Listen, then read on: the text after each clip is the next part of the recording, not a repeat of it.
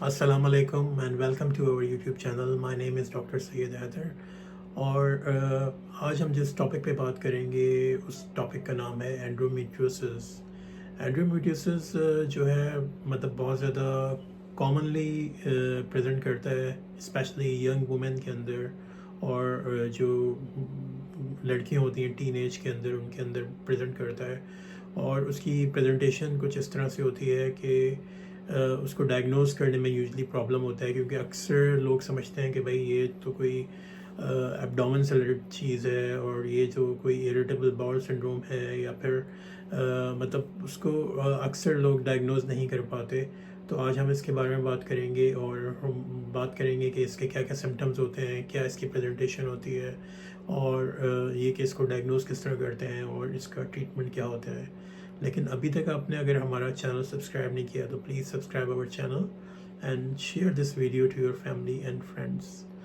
चलते हैं एंडोमेट्रियोसिस की तरफ।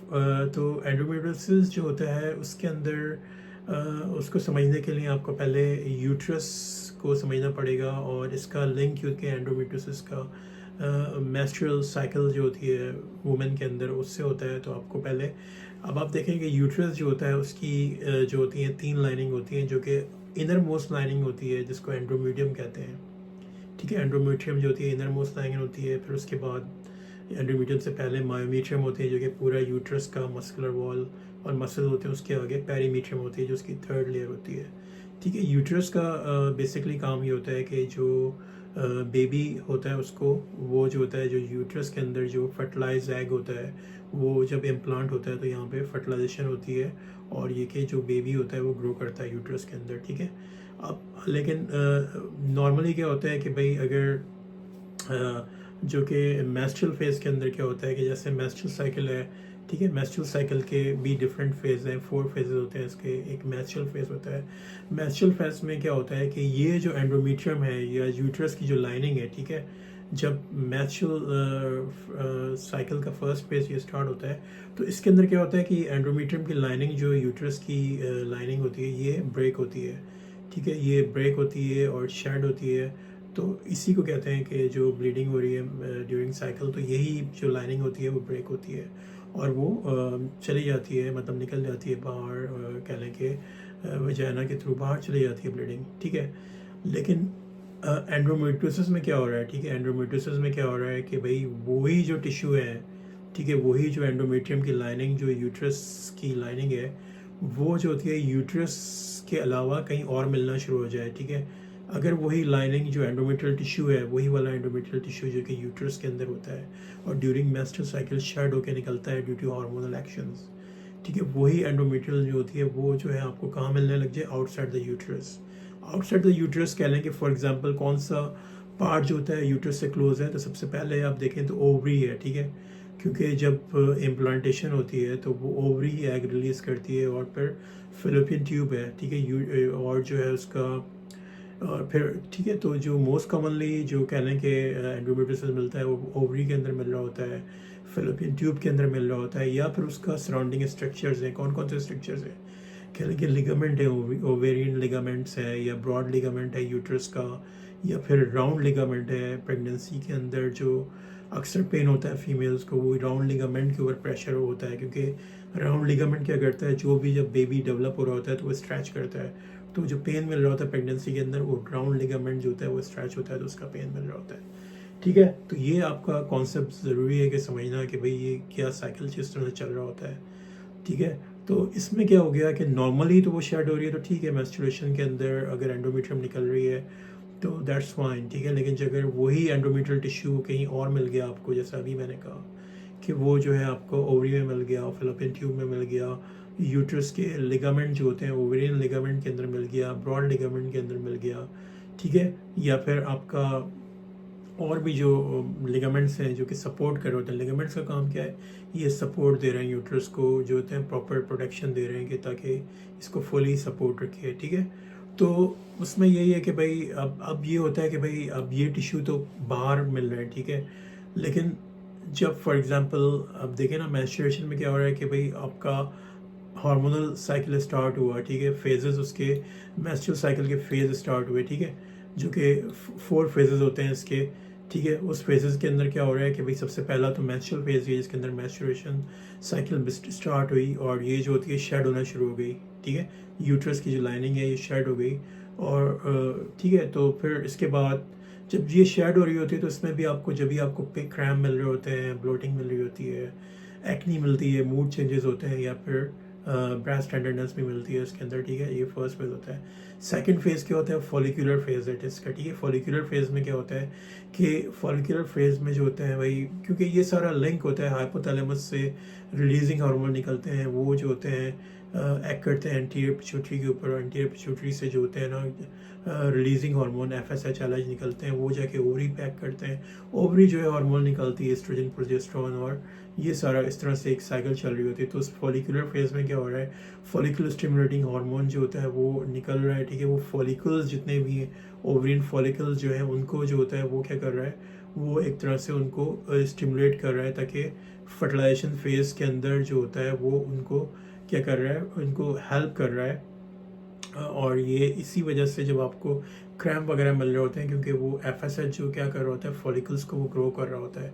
ठीक है, जब वो ग्रो करेंगे फॉलिकल्स तो उसी की उसके बाद ही फर्टिलाइजेशन फेज में आके वो मतलब आगे जाके फर्टिलाइज होंगे। ठीक है, तो वो क्या कर रहा है FSH, उसने ओवरीज को जो होता है वहाँ से फॉलिकल्स वो बना रहा है। ठीक है, जिसके अंदर एग्स हैं डिफरेंट।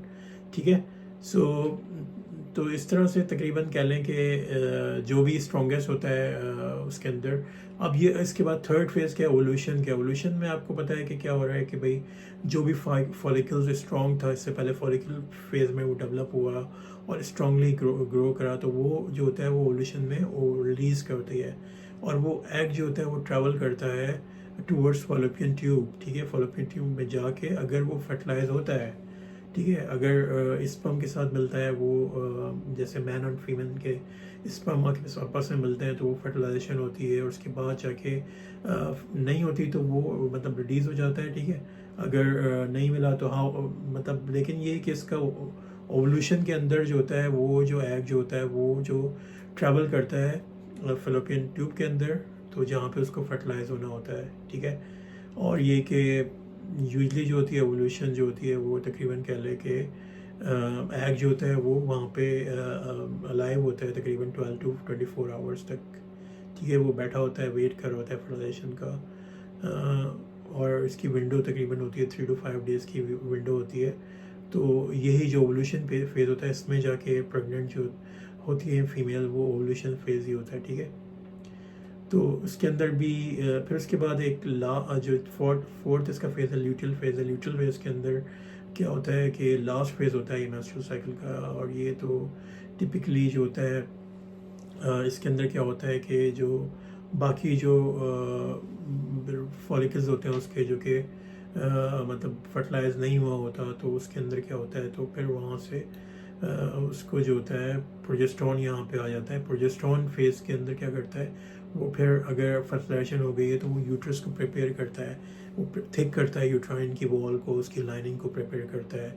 और ये कि इसके अंदर वो हेल्प करता है सारा कि क्योंकि ज़ाहिर सी बात है अगर प्रेगनेंसी हो गई है तो प्रोजेस्टेरोन जो होता है उसको हेल्प कर रहा होता है, वहाँ पे प्रिपेयर कर रहा होता है बॉडी को। सही इस तरह से चल रहा होता है जब भी आपको ये सारे सिम्टम्स मिल रहे होते हैं कि जो जो अभी हमने डिस्कस किए, मतलब cramping, fatigue, mood change, headache, bloating और ये बॉल मूवमेंट के अंदर चेंजेस, स्लीप के अंदर चेंजेस। ठीक है, और तो चले चलते हैं दोबारा से अपनी एंडोमेट्रियोसिस के अंदर, क्योंकि वेरी इंपॉर्टेंट टॉपिक और अक्सर लोगों को क्योंकि पता नहीं चलता कि ये एंडोमेट्रियोसिस है या कुछ उनको और प्रॉब्लम है। तो जहाँ तक इसके कॉजेज़ की बात है, एंडोमेट्रियोसिस के कॉजेज़ आप समझिए इसका मतलब रीज़न पता चल गया आपको कि भाई एंडोमेट्रियोसिस का रीज़न क्या होता है कि जो एंडोमेट्रियल टिश्यू है वो आउटसाइड द बॉडी मिल रहा है, कहीं पे भी मिल सकता है जैसे हमने डिस्कस किया। ठीक है, आउटसाइड द बॉडी। ठीक है, अब ज़्यादातर इसमें ये होता है कि मतलब इसका रीज़न तो नहीं पता, कोई फैमिली जेनेटिक्स हो सकती है कि फैमिली में रन कर रहा है या फिर कोई और इसके फैक्टर्स हो सकते हैं, जो कोई भी हो सकते हैं, लेकिन ज़्यादातर ये ख्याल किया जाता है कि इसमें एंडोमेट्रियोसिस किस वजह से हो रहा है। एंडोमेट्रियोसिस होता है रेट्रोग्रेड मैच्योरेशन। ठीक है, नॉर्मली तो क्या होता है कि मैच्योरेशन जो साइकिल होती है वो मतलब एंडोमेट्रियल टिश्यू शेड हुआ वो निकल गया और बाहर वजाना के थ्रू निकल गया, लेकिन रेट्रोग्रेड में क्या होता है कि वो अगर एंडोमेट्रियल अगर मैंस्ट्रुएशन साइकिल आपकी रिवर्स में जा रही है, इंस्टेड ऑफ कमिंग आउटसाइड और पीछे चली गई है, ठीक है, मतलब पीछे से मतलब कि एंडोमेट्रियल टिश्यू को निकलना था बाहर की जानिब, लेकिन वो दोबारा से वापस चली गई है। जब वापस हो जाएगी, रेट्रोग्रेड होगी, तो रेट्रोग्रेड में सारा टिश्यू भी उसके साथ जाएगा, थ्रू फैलोपियन ट्यूब में जाएगा, पेल्विक कैविटी में जाएगा, ठीक है, और फिर जो होता है वो जाके वहाँ पे डिपॉजिट हो जाएगा, सही है। और इसके साथ सेल्स के अंदर चेंजेस आ रही होती हैं, जिसको सेलुलर मेटाबॉलिज्म भी कहते हैं। तो फिर उसमें क्या होता है कि जब भी आपको मेंस्ट्रुअल मतलब फेज आता है साइकिल का, उसके अंदर क्या होता है कि वो जो टिश्यू जो रेट्रोग्रेड मेंस्ट्रुएशन से वापस चला गया आपके आउटसाइड द बॉडी, कहाँ पे चला गया, यूट्रस में, फेलोपियन ट्यूब में, ओवरी में, पेल्विक वॉल पे, यूट्रोसैक्रल लिगामेंट्स के ऊपर, ब्रॉड लिगामेंट के ऊपर, या फिर बास के कंडीशन के अंदर वो ब्लैडर में भी चला जाता है, यूरेटर्स में भी जाके डिपॉजिट होता है, कि आपके कोलोन में जो कि सिग्मॉइड कोलोन होता है पीछे, वहाँ भी रह जाता है, ठीक है। तो उसमें क्या होता है, जब भी आपको एब्डोमिनल सिम्टम्स मिल रहे हैं, बार बार आपको लग रहा है कि भाई कॉन्स्टिपेशन है, या फिर मुझे पेन हो रहा है, जब भी मैं डायरिया हो रहा है या वोमिटिंग हो रही है, इस तरह से पेन हो रहा है, या फिर जब आप यूरिन पास करते हैं तो उसमें भी आपको, क्योंकि ब्लैडर में वो पड़ा हुआ है, वहाँ पे एंडोमेट्रियल का टिश्यू ब्लैडर में पड़ा हुआ है, तो जब भी आप यूरिन पास करेंगे या कुछ भी होगा तो आपको पेन होगा, ठीक है, या फिर जो भी आपकी बॉल मूवमेंट होगी उसके अंदर पेन होगा, क्योंकि वो पड़ा हुआ है वहाँ पे जाके, सिग्मॉइड कोलोन में पड़ा हुआ है, ठीक है। इसी तरह से ओवरी के लिगामेंट में पड़ा हुआ है, ओवरीज के ऊपर डिपॉजिट हो गया है, ठीक है। तो इसका काफ़ी कह लें कि ये इस तरह से आके डिपॉजिट हो जाता है, और इसको ये कि अक्सर तो देखा गया है कि मतलब डायग्नोस बनाना इसका मुश्किल होता है, लेकिन जब डायग्नोस हो जाता है तो इसको यूजली ये कि इसको फिर अगर सस्पेक्ट कर रहे हैं एंडोमेट्रियोसिस को, और ये कि और इसके अंदर मतलब एडिशन डेवलप हो जाती है, ओवरीज के अंदर कह लो कि बिनाइन ट्यूमर एंडोमेट्रियोमा बन जाता है, और डीप एडिशंस बन जाती हैं आपके जाके स्कार टिश्यू की फॉर्म में, और क्योंकि वो टिश्यू में होता है तो वो ऑर्गन में भी चला जाता है, ठीक है। तो यूजली ये कि डिपेंड करता है कि किस तरह से एंडोमेट्रियोसिस को किस तरह ट्रीट करना है। यूजली तो आपको इसमें मेडिसिन लेना, शुरू में मेडिसिन लेते हैं, पिल्स लेते हैं, या फिर या कोई इंजेक्शन ले रहे हैं, एनासिड यूज़ कर रहे हैं, anti inflammatory drugs, painkiller, ibuprofen, मतलब ब्रोफिन है, या फिर नेप्रोक्सोन है, इसको यूजली ट्रीट को करते हैं पेन को। लेकिन इसमें आपको रूट कॉजेज़ की तरफ जाना चाहिए कि मतलब प्रॉपर अगर आपको एंडोमेट्रियोसिस डेवलप हो गया है वहाँ पे, तो अक्सर इसमें ये है कि फिर सर्जिकल ऑप्शन भी होता है, जहाँ जहाँ वो उसके स्पॉट्स होते हैं उसको फिर लेप्रोस्कोपी करना पड़ती है, लेप्रोस्कोपी करके देखना पड़ता है भाई ज़्यादा अगर वास्ट तो नहीं है, निकल भी सकती है एंडोमेट्रियोसिस को स्पॉट को, फिर वो कैमरे की थ्रू जाके एब्डोमेन में उसको जहाँ जहाँ है, ओवरी में है तो वहाँ से रिमूव करते हैं, या कॉटराइजेशन करते हैं, या उसको निकालते हैं, या फिर मतलब आपके कहीं यूट्रस में है तो उसको निकालते हैं, या फिर आपके कह लें कि कहीं एब्डोमिनल में है तो वहाँ से उसको निकालते हैं, और कोशिश करते हैं कि वो जो है उसको वहाँ से स्पॉट को या उसको निकाल दें, और फिर जो है दोबारा से उसको सूचर कर देते हैं, मतलब कि दोबारा से लेप्रोस्कोपी करके देखते हैं कहाँ का है, डायग्नोस करके उसको निकाल देते हैं, ठीक है। तो ये होता है। ये पास कंडीशन में अगर वुमेन जो होती है ओल्ड एज है, उसको और भी प्रॉब्लम्स हैं, ब्लीडिंग्स हैं या क्रैम्स हैं, तो फिर देखते हैं कि भाई अगर यूट्रस उसका बास में, तो यूट्रस भी निकाल देते हैं, ठीक है, या फिर ओवरीज और फिलोपियन ट्यूब भी निकाल देते हैं, डिपेंड करता है एज क्या है पेशेंट की, और वो कितना उसको कह लें कि वो बेयर कर सकती है, अगर आगे उसको क्या चांसेस हैं प्रेग्नेंट होने के। तो ये कॉज है इनफर्टिलिटी का भी, ठीक है। This is the one of the commonest cause of infertility, जब भी प्रेगनेंसी भी नहीं होती पेशेंट की, क्योंकि ये एंडोमेट्रियोसिस वहाँ पे पड़ा हुआ है, ठीक है। जी, चलते हैं दोबारा अपने टॉपिक एंडोमेट्रियोसिस की तरफ। आप जिस तरह से समझ गए होंगे कि एंडोमेट्रियोसिस के मतलब एंडोमेट्रियोसिस में जो क्या हो रहा है कि एंडोमेट्रियल टिश्यू जो कि लाइनिंग होती है यूट्रस की, ठीक है, जो कि शेड होता है नॉर्मली ड्यूरिंग नॉर्मल पीरियड्स के अंदर, जो कि शेड हो रहा होता है, वही टिश्यू जो होता है वो आउटसाइड द यूट्रस मिलता है, ठीक है, आउटसाइड द यूट्रस।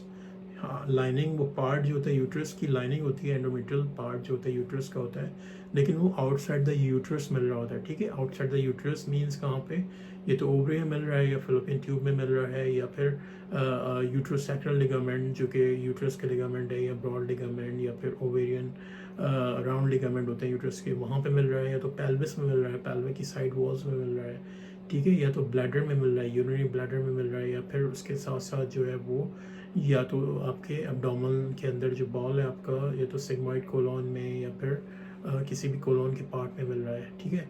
अच्छा, जो मेन रीज़न पेन का होता है उसमें ये होता है कि जब जब भी हार्मोनल चेंजेस स्टार्ट हुई, ठीक है, एवरी मंथ क्या हुआ कि भाई नॉर्मली जो साइकिल्स होती है उसमें हार्मोनल चेंजेस जो होती है स्टार्ट होती है, आपके जितने भी इसके 4 फेजेस चलते हैं मेंस्ट्रुअल साइकिल्स में, उसमें क्या होता है नॉर्मली तो जब हार्मोन बढ़ना शुरू हुए, हाइपोथैलेमस से निकले हार्मोन या फिर एंटीरियर पिट्यूटरी से एफएसएचएलएच रिलीज हुए, उन्होंने ओवरी पैक किया। ठीक है। तो उसमें क्या होता है, नॉर्मल तो मैच्योरेशन होती है, नॉर्मली तो शेड हो रही है वहाँ पे और लाइनिंग उसकी, लेकिन गेम क्या हो रहा है यहाँ पे, जो एंडोमेट्रियम आउटसाइड द यूट्रस मिल रही है, ठीक है, आउटसाइड द यूट्रस मिल रही है, जो जो हमने अभी डिस्कस किया कहाँ कहाँ मिल रही है, वहाँ पे भी हार्मोनल चेंजेस जो होते हैं ब्लड के थ्रू पहुँच रही होती हैं, तो वो एरिया भी इन्फ्लेम कर रहा होता है। ठीक है, वहाँ पे भी जो होती है स्पॉट पे जब भी आपको पेन हो रहा होता है, क्योंकि हार्मोन तो निकले आपके, जो मंथली हार्मोन्स निकल रही है, साइकिल चल रही है, वो तो स्टार्ट हुई, लेकिन उसने जो एंडोमेट्रियल की लाइनिंग थी जहाँ पे था टिश्यूज़ को तो शेड किया, जो कि नॉर्मली कर रहा है, लेकिन वो एंडोमेट्रियम जो कि अब नॉर्मली पड़ी हुई है वहाँ पे आउटसाइड द यूट्रस, उसको भी जाके वो एक्टिवेट करता है। तो वो जब वो एक्टिवेट होती है तो जाहिर सी बात है, वो तो जाहिर सी बात है उसको निकलने के चांस तो नहीं मिल सकता। ठीक है, क्योंकि वो तो ब्लैडर में आपके यूरिनरी ब्लैडर के ऊपर है, तो वो पेन हो रहा है जब आप यूरिन कर रहे हैं। ठीक है, एब्डोमेन के अंदर आपके टमी में ऑर्गन के साथ मिल गई है वो। ठीक है, जब भी आप कुछ खा रहे हैं तो आपको पेन मिल रहा है वहाँ पे, या फिर आपकी बॉल मूवमेंट हो रही है तो पेन मिल रहा है। ठीक है, या फिर आपकी पेल्विक साइड वॉल्स में है, या यूट्रोसेक्टल लिगामेंट पे, या फिर ओवरी में है। तो जब भी आपको वो हार्मोनल चेंजेस में एक तो नॉर्मल पेन जो मिलता है वो तो मिलता ही है ड्यूरिंग साइकिल, लेकिन उसके अलावा जो आपको ये पेन मिल रहा है, ये फिर एंडोमेट्रियोसिस का पेन होता है। ठीक है, क्योंकि वो टिश्यू जो होता है अब नॉर्मली यूट्रस के बाहर है, लेकिन जब हार्मोन निकल रहे हैं ब्लड के अंदर, तो हार्मोन को तो नहीं पता कि भाई ये यूट्रस के बाहर है, तो वो तो उसको उसी तरह से समझ रहा है कि यार ये तो वहीं पे यूट्रस में ही है, लेकिन वो बाहर है, तो उसको वो रिएक्ट उसका वही होता है। ठीक है, रिएक्शन उसका वही होता है, इन्फ्लेमेशन होती है, स्वेलिंग होती है, तो जब भी एंडोमेट्रियोसिस होती है। तो चलें, बहुत शुक्रिया।